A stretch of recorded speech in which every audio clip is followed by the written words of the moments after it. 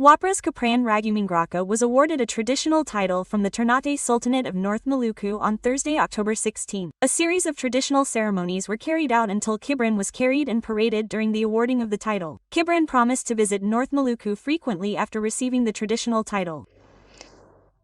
Quoted from the Ternate Tribun, Gibran was given the traditional title of the Ternate Sultanate, Kajal Castella, which means nobleman or prince. Meanwhile, Castella means son of the Sultan who was able to build the first civilized city in Ternate, currently known as Castella Village.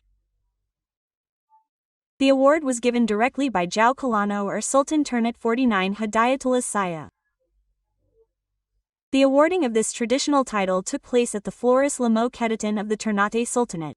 With this title, download Tribun X sekarang, menghadirkan lokal menjadi Indonesia.